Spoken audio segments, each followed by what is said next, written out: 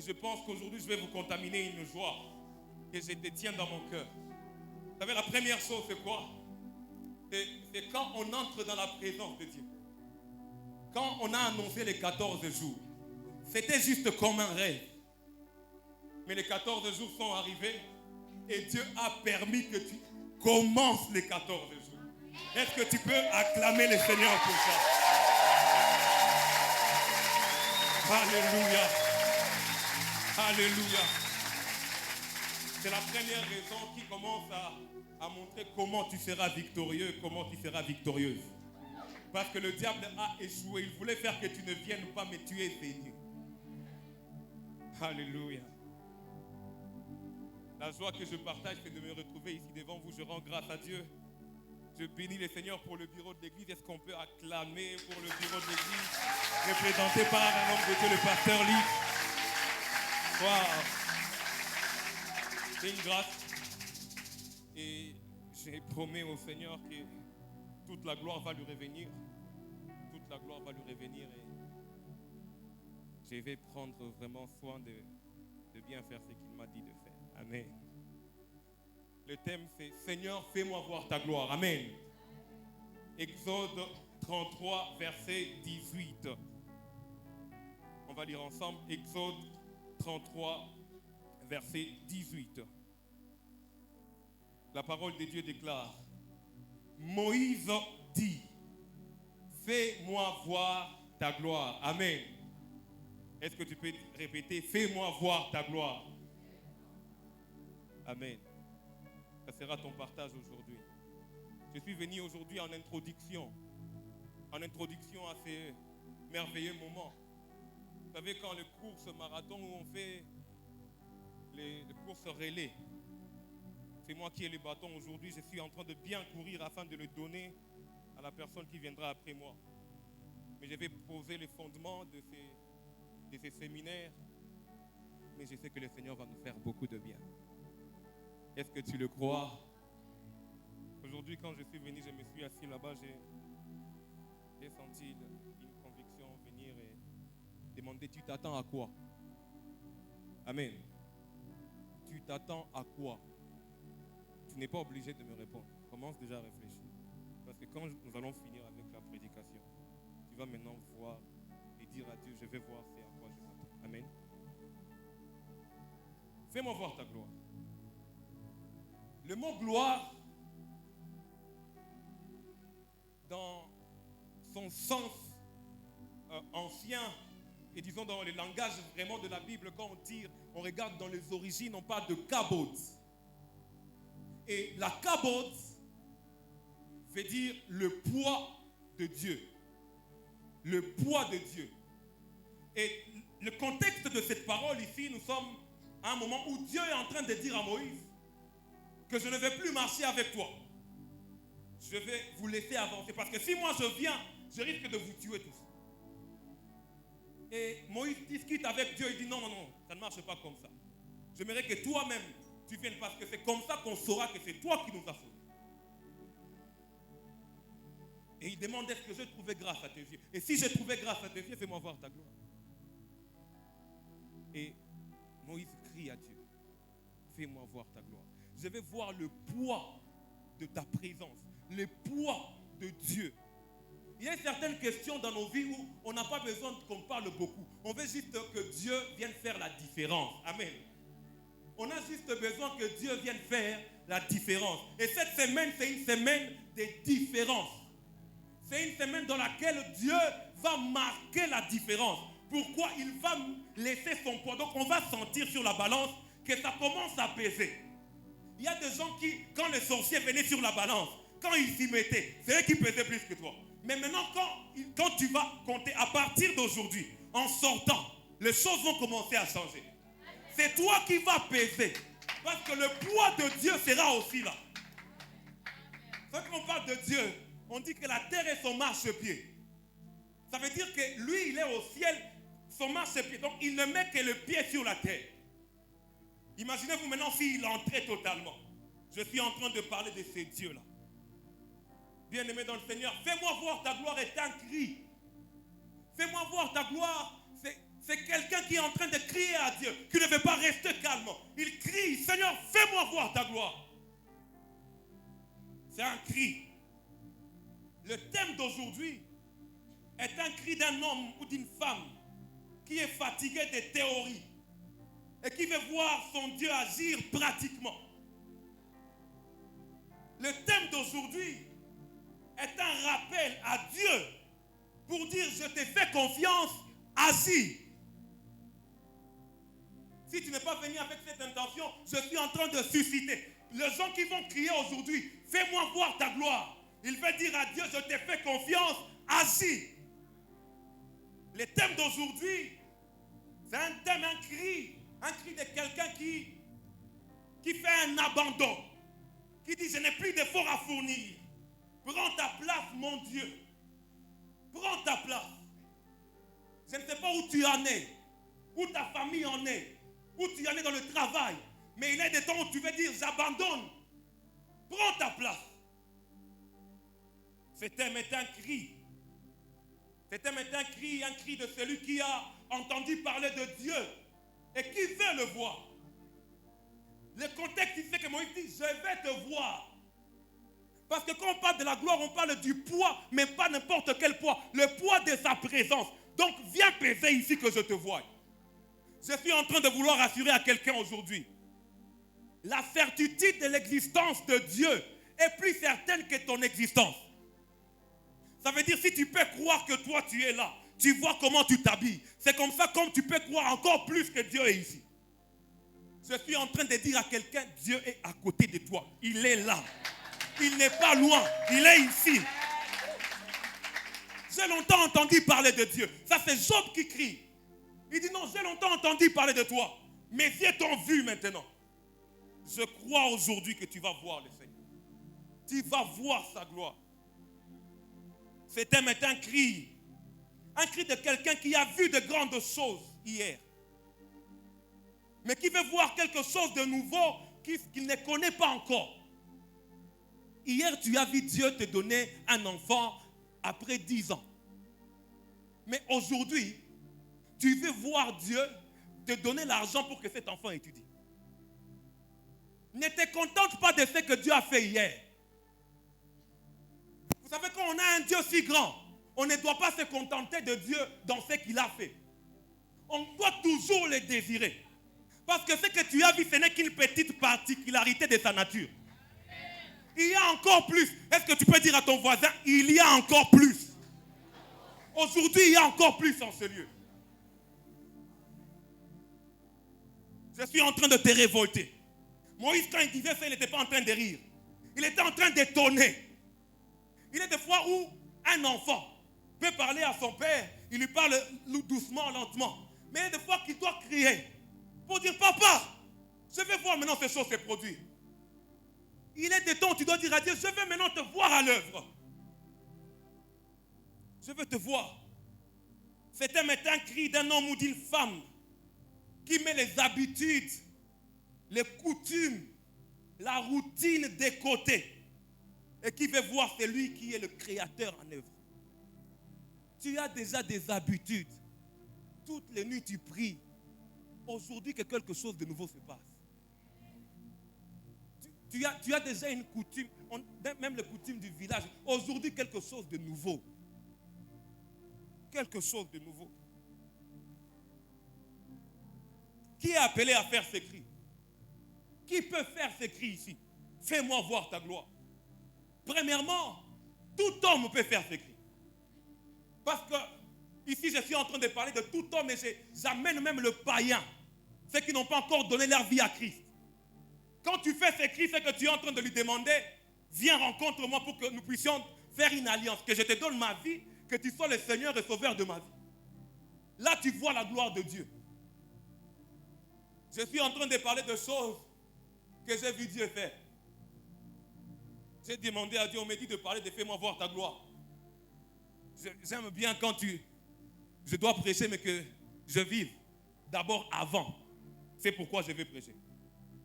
Pendant que je lui ai demandé ça, apparemment il a souri, il a dit ok. Un ami m'a appelé, il a fait son frère malade. Il m'a dit viens, mon frère est malade. Il faut que tu viennes prier pour lui, c'est compliqué.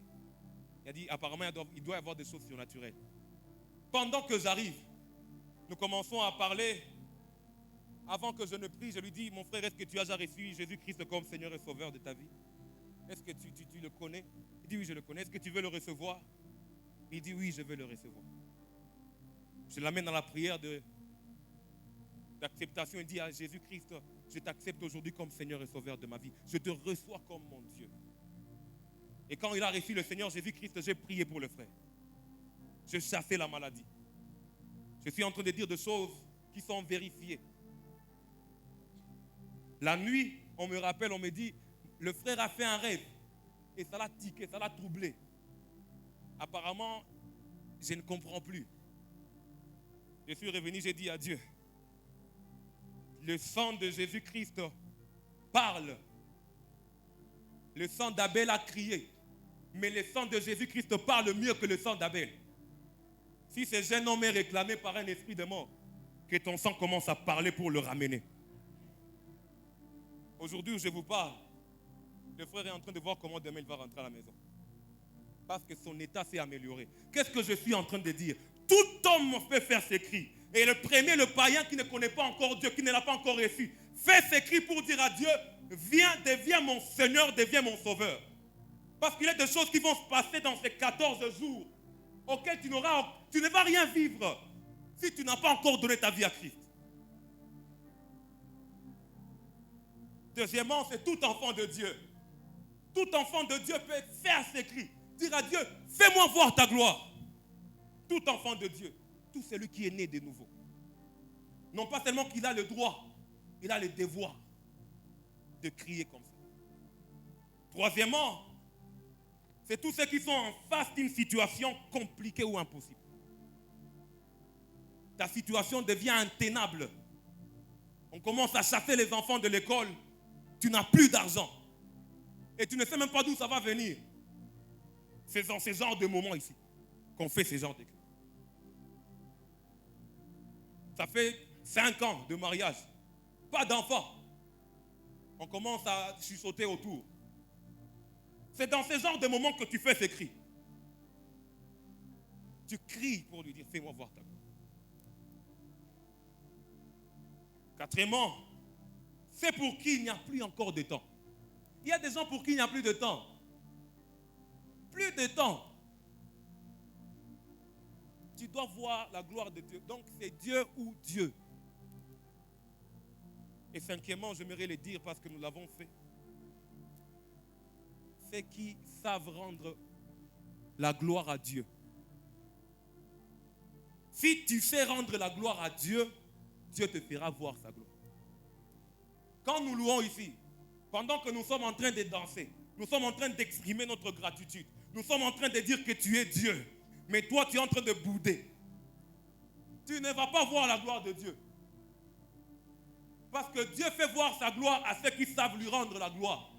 Quand tu sais prendre la gloire que tu rends à Dieu, ce n'est pas grand. C'est juste la gloire. Mais lui, il vient te faire voir toute sa gloire. Il vient lui-même, il vient habiter. Il vient dans ton petit problème, il entre, il étouffe. Nous devons savoir rendre gloire à Dieu. Parce que pour ceux qui savent rendre gloire à Dieu, Dieu fait voir sa gloire. À quoi peut s'attendre un homme qui a fait ses cris? À une intervention musclée de Dieu. Pas n'importe quelle intervention. Intervention musclée. Il intervient avec toute sa force, avec toute sa puissance. Deuxièmement, à une délivrance. Troisièmement, à un miracle. Quatrièmement, à l'intervention personnelle de Dieu. J'aimerais nous amener dans une lecture, ce qui va nous conduire dans la prière aujourd'hui. Hébreux chapitre 1er. Je sais que plusieurs d'entre vous, vous avez les versions Louis II. Moi, je vais lire dans la version parole vivante. Amen. Hébreux 1. Nous allons lire tout le chapitre. La Bible déclare ceci. Autrefois, Dieu a parlé aux ancêtres par le prophète. Et il leur a parlé souvent et de 1000 manières. Maintenant, en ces jours qui sont les derniers, Dieu nous a parlé par son Fils. C'est par ce Fils qu'il a créé le monde et c'est lui que Dieu a choisi pour entrer en possession de toutes choses. Toute la gloire de Dieu brille sur lui. Toute la gloire de Dieu brille sur lui. Je vais le lire dans votre version. Version Louis II. La Bible déclare, et qui étant le reflet de sa gloire. Toute la gloire de Dieu brille en Jésus-Christ. Ce Fils est vraiment ce que Dieu est. Et sa parole puissante soutient le monde. Il a lavé les êtres humains de leurs péchés. Puis il s'est assis dans les cieux à la droite du Dieu très puissant. Le Fils est bien plus important que les anges. En effet, Dieu lui a donné un nom plus grand que leur nom. Il n'a jamais dit à un ange, tu es mon fils. Aujourd'hui, moi, je suis devenu ton père. Il n'a jamais dit non plus à un ange, moi, je serai un père pour lui et lui sera un fils pour moi. Mais quand Dieu a envoyé son fils premier-né dans le monde, il a dit, tous les anges de Dieu doivent l'adorer. Voici ce que Dieu a dit au sujet des anges. J'utilise des anges comme j'utilise les vents. Ils me servent comme les font des éclairs. Mais Dieu a dit à son fils, tu es Dieu, ton pouvoir royal durera toujours. Tu gouvernes ton peuple avec justice, tu aimes ce qui est juste, tu détestes le mal. C'est pourquoi Dieu, ton Dieu, t'a choisi pour lui en versant sur ta tête une huile de fête. Il t'a préféré aux autres rois. Dieu a dit aussi, au commencement, c'est toi, Seigneur, qui as créé la terre. Et tes mains ont formé le ciel. Tout cela disparaîtra. Mais toi, tu es toujours là. Le ciel et la terre seront comme deux habits. Tu les plieras comme un vêtement. Oui, ils seront changés comme deux habits. Mais toi, tu restes toujours le même. Et ta vie ne finit pas. Dieu n'a jamais dit à un ange, viens t'asseoir à ma droite. Je vais mettre tes ennemis sous tes pieds. Est-ce que les anges ne sont pas des esprits qui servent Dieu? Dieu les envoie en mission. Ils aident ceux qui doivent entrer en possession du salut. Mais ce que je suis en train de vouloir dire aujourd'hui en lisant ces passages, c'est que nous n'allons parler que de Jésus. Il est plus grand que les anges. Il est plus grand que les esprits qui sont sur la terre. Il est plus grand que la maladie qui te tracasse. Il est plus grand que le péché que tu as déjà combattu, mais tu n'y arrives pas. Il est plus grand que les blocages que tu es en train d'expérimenter ces temps-ci. Il est plus grand que tes problèmes. Il est plus grand que les liens de famille. Il est plus grand que les maladies héréditaires. Il est plus grand que tout. Et de lui, Dieu a dit, viens à mes côtés jusqu'à ce que j'ai fait de tes ennemis tes marchepieds. C'est pour cela qu'on dit, le dernier adversaire, c'est la mort. Et nous allons le vaincre avec Jésus. Bien aimé, ici, nous sommes en train de parler de Jésus. Quand Moïse demandait, fais-moi voir ta gloire, il voulait voir celui dont nous sommes en train de parler aujourd'hui. Il voulait voir le Christ, la parole faite chair. Je suis en train de parler de Jésus-Christ de Nazareth. Je ne vais pas nous parler de ce qui s'est fait dans le passé. Je suis en train de parler de ce que Jésus-Christ va faire aujourd'hui. Aujourd'hui, tu n'es pas venu juste pour des fables. On n'est pas venu faire des racontages dans cette église. L'église n'est pas une assemblée des gens qui sont en train de se raconter des petites historiettes. L'église est une assemblée des gens qui vivent la gloire de Dieu, qui la voient. Bien-aimé, je ne sais pas pour toi, mais pour moi aujourd'hui, c'est soit je vois la gloire de Dieu, soit je reste encore quelques minutes ici. Bien-aimé, ces 14 jours, c'est comme un arbre qui est en train de donner des fruits. Certains peuvent venir le premier jour, prennent des fruits qui ne sont pas mis repartent. Ceux qui vont persévérer jusqu'à la fin seront sauvés. Attendons jusqu'à ce que le 14e jour arrive. Les fruits seront mûrs. Nous prions avec certains frères. Un frère a vu cette vision. Certaines personnes risquent de partir avec des fruits pas mûrs. Voici pourquoi je suis en train de t'appeler et de te conscientiser. Finis toute la semaine. Commence là du premier jour. Va jusqu'au 14e jour. Parce qu'il y a une joie quand on commence. Mais on dit, vaut mieux la fin. On doit finir ces 14 jours. Mais aujourd'hui, je suis venu parler de Christ. La gloire de Dieu est pleinement manifestée en Jésus-Christ. Est pleinement révélée en Christ. Je ne suis pas venu te parler d'Élie. Élie a fait des choses. Il n'est pas mort et il n'est pas ressuscité. Le seul qui est mort et ressuscité, c'est Jésus-Christ. Le seul qui a le pouvoir, la Bible déclare qu'il a le pouvoir de s'assujettir toutes choses. C'est Jésus-Christ. Il peut s'assujettir un cancer. Il peut s'assujettir une pauvreté. Il peut s'assujettir un célibat. Il peut s'assujettir un chômage. Je suis en train de parler de celui en qui habite la plénitude de Dieu. Je suis en train de parler de celui qui remplit tout en tous. Je suis en train de parler de celui-là. Si nous crions aujourd'hui, fais-moi voir ta gloire. C'est lui qui va répondre, c'est Jésus. Il dit, je suis là. Jésus est en ces lieux. Jésus est là. Et je ne vais pas rentrer à la maison sans être rassuré que j'ai commencé le premier jour avec vous.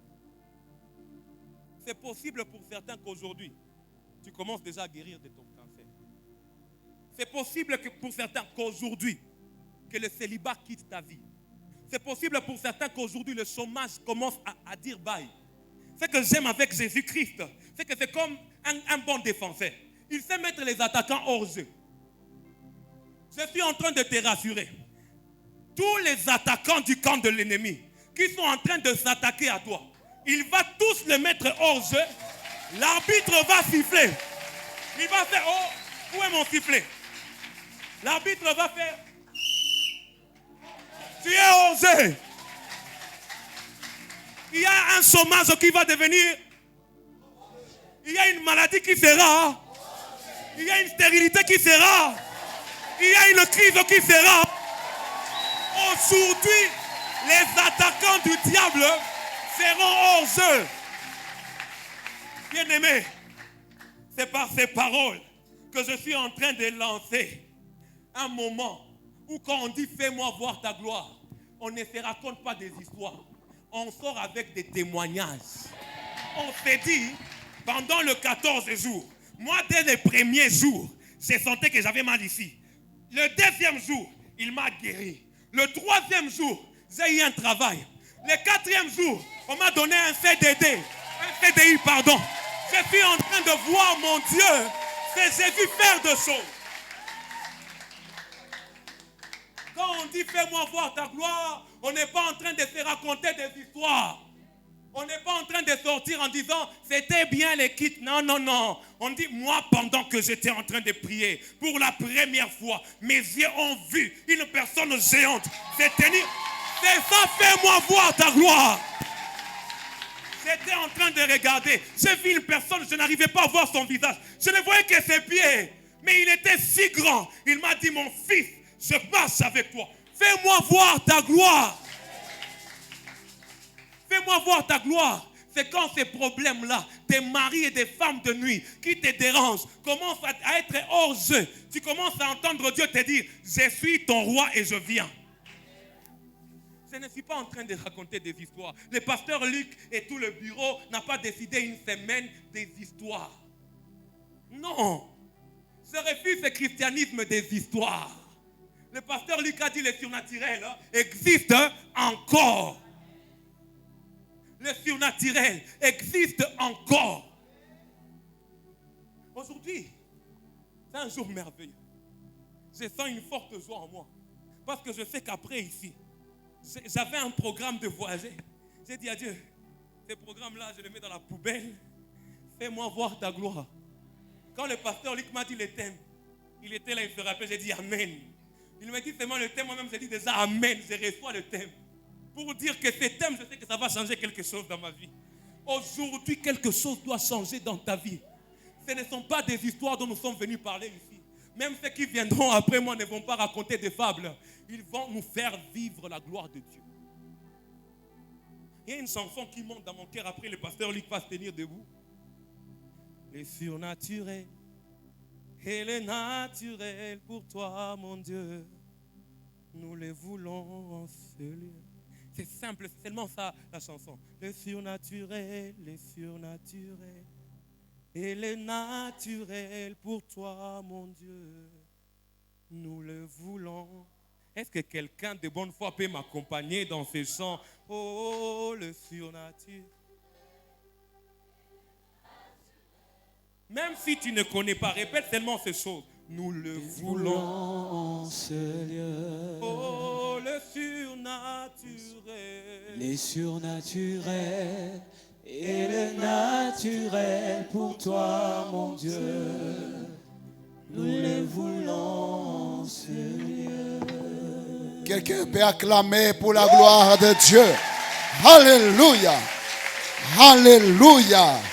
Quelqu'un peut pousser des acclamations, du clamer pour la gloire de Dieu. Alléluia.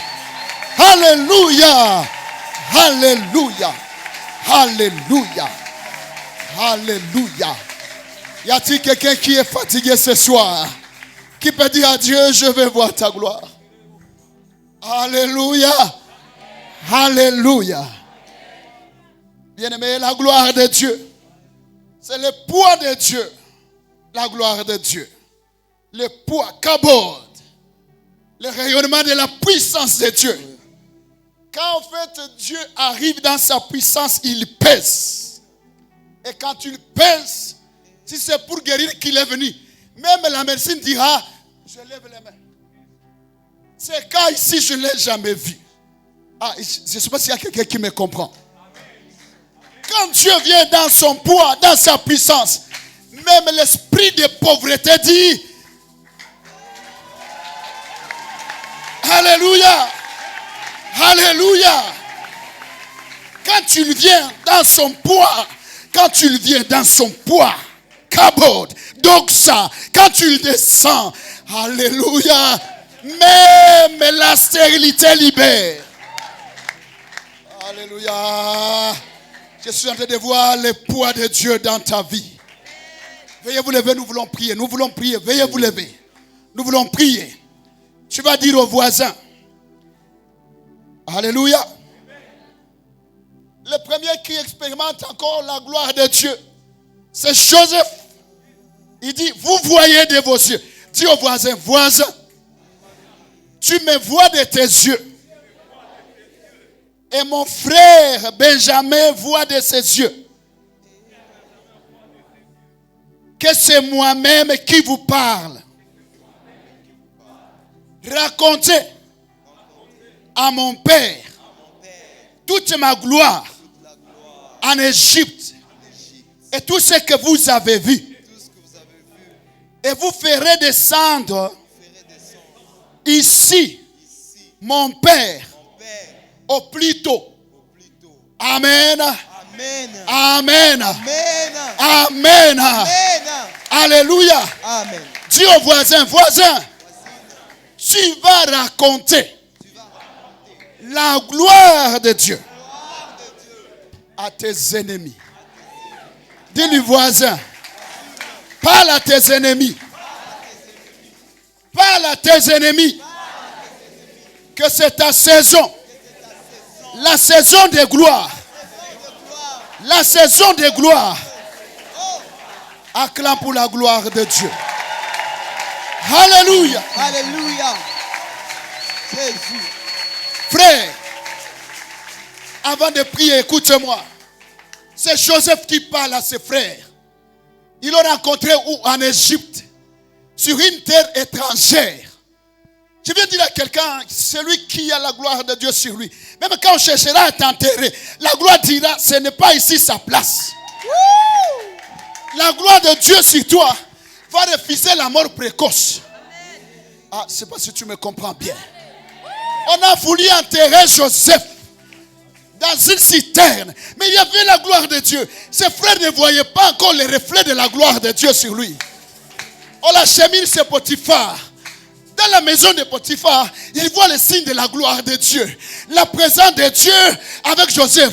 Tout ce à quoi Joseph touchait prospérait. Parce qu'il y a la gloire, le poids de Dieu sur lui. Gloire à Dieu. Je suis en train de prophétiser maintenant que tout ce à quoi tu toucheras va prospérer dès maintenant au nom de Jésus. Au nom de Jésus. Ton travail va prospérer. Tes études vont prospérer. Tes entreprises vont prospérer. Au nom de Jésus de Nazareth. Gloire à Dieu. On l'amène Joseph en prison. Mais il a la gloire de Dieu sur lui. On l'amène en prison. Il y a des gens, l'Esprit de Dieu m'a dit, il y a les gens qui sont dans la prison, on va les délivrer ce soir. Joseph dans la prison. On pouvait penser que c'est un simple prisonnier. Ce qui l'a différencié d'autres prisonniers, c'est la gloire de Dieu. Dis avec moi le kabod. Dis kabod. Le poids de Dieu. Le poids de Dieu. Même dans la prison, la gloire de Dieu les distingue d'autres prisonniers. Wow. Alléluia. Et un jour, il a fait 2 ans. 2 ans. Prisonnier. Seulement avec les rêves. Et les rêves accompagnés de la gloire de Dieu. Il traduit les songes. Il a ses dons. La gloire de Dieu. Mais à un moment donné, on a appelé Joseph. La gloire l'a fait quitter de la prison pour le faire asseoir avec les grands. Je viens de dire à quelqu'un que cette prison te vomisse. Que cette prison de stérilité te vomisse. Que cette prison de chômage te vomisse. Amen. Que cette prison de pauvreté te vomisse. Il y a la gloire de Dieu. Dis au voisin, voisine. Usikwazi que Dieu a wale walio kutangulia. Kutangulia haiko njo kuingia mu gloire. Amen. Haiko njo kuingia mu gloire. Les prisonniers qui étaient avec Joseph, quelqu'un a été rétabli, mais il n'était pas dans la gloire que Joseph a eu après. Et Joseph lui a dit, quand tu seras rétabli, souviens-toi de moi. Ah, je vois les hommes glorieux, les femmes glorieuses qui se négligent. Ne te néglige pas. Ne te néglige pas. Il y a la gloire de Dieu sur toi. Et enfin, quand tu l'es établi, il dit à ses frères, allez raconter à mon père, le père qui était dans le deuil, mon fils est perdu, Joseph est perdu, est-ce que je le verrai encore? Joseph dit, allez raconter à mon père. Dans quelle gloire vous m'avez rencontré en Égypte? Dans quelle dimension vous m'avez rencontré en Égypte? Prie avec moi, Seigneur Jésus. Seigneur Jésus. Seigneur Jésus.